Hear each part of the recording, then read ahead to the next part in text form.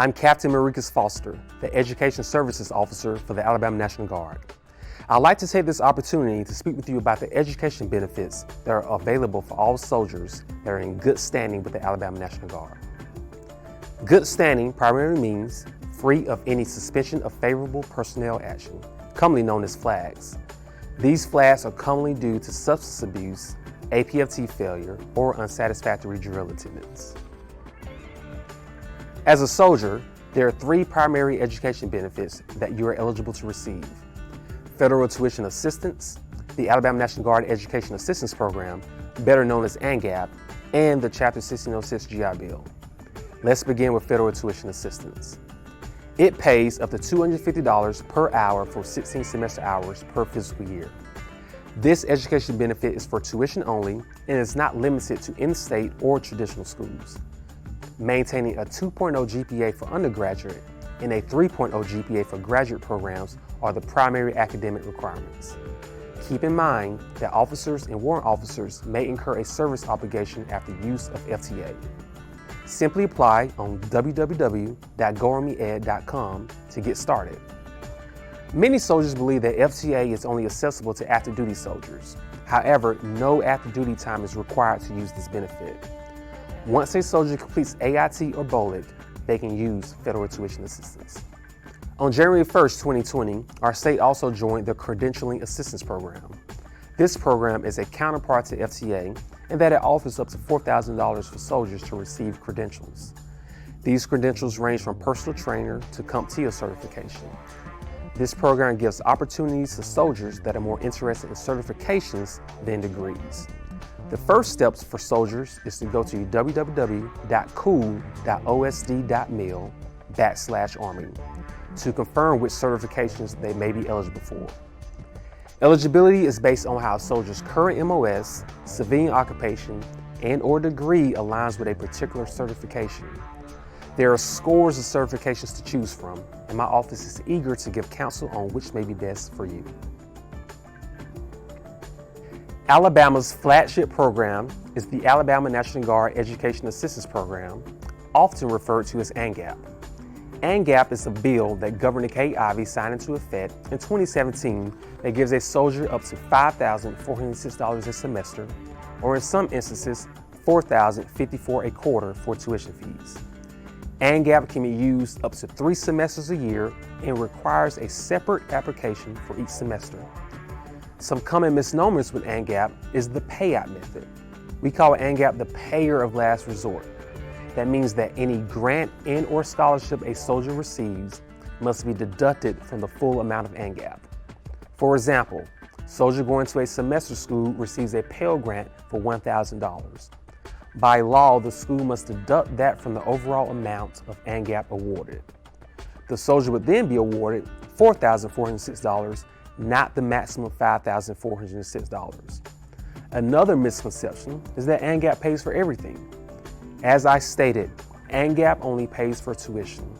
It is not funded to cover a meal plan, books, or dorm fees. The Alabama Commission of Higher Education is the funding source for this program, and they submit funding at the end of each term. Unfortunately, some colleges mandate that students provide a payment at the beginning of the term. This policy is on a school-by-school basis, so ensure you consult your school's financial aid office to confirm their requirements. The third education benefit is the GI Bill.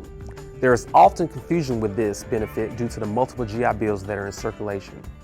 Many new soldiers believe they are eligible for the Post-9/11 GI Bill or Chapter 33 GI Bill. The Post-9/11 GI Bill is an active duty GI Bill. Within the National Guard arena, it's typically given to prior active duty soldiers, Active Guard Reserve, better known as AGR soldiers, or any soldier that has been federally mobilized. These federal mobilizations were primarily due to deployments, but recently have been granted to soldiers serving on the Southwest Border Mission or in support of the COVID-19 pandemic within the state. Less than 25% of our current soldiers have Post-9/11 GI Bill, so please contact my office or va.gov for more information. The largest and most common GI Bill within the National Guard is the Chapter 1606 GI Bill. This benefit is paid directly to the soldier and is currently $392 a month.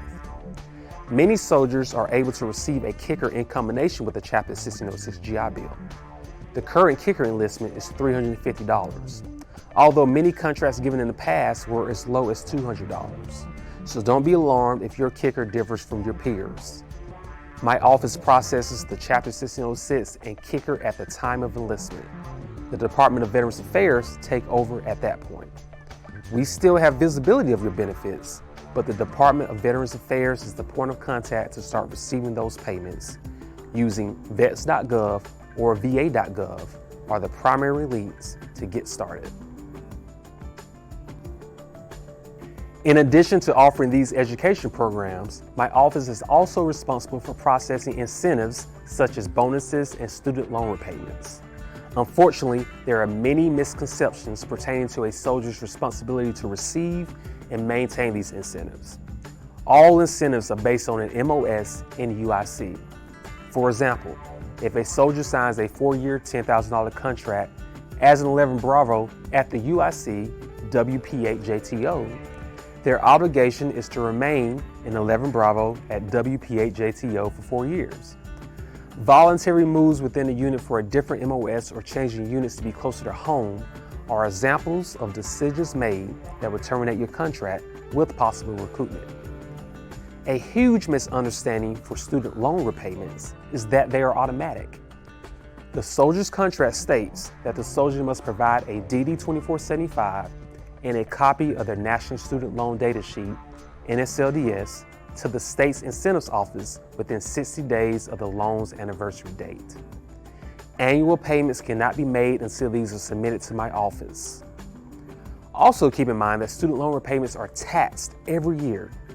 A student loan repayment contract always states up to the amount given. For example, a soldier signs a contract for a student loan repayment up to $50,000. That payment is submitted annually but also taxed annually, not once. So that $50,000 is not the total amount paid by DFAS. These are common misunderstandings that soldiers have as it relates to their incentives.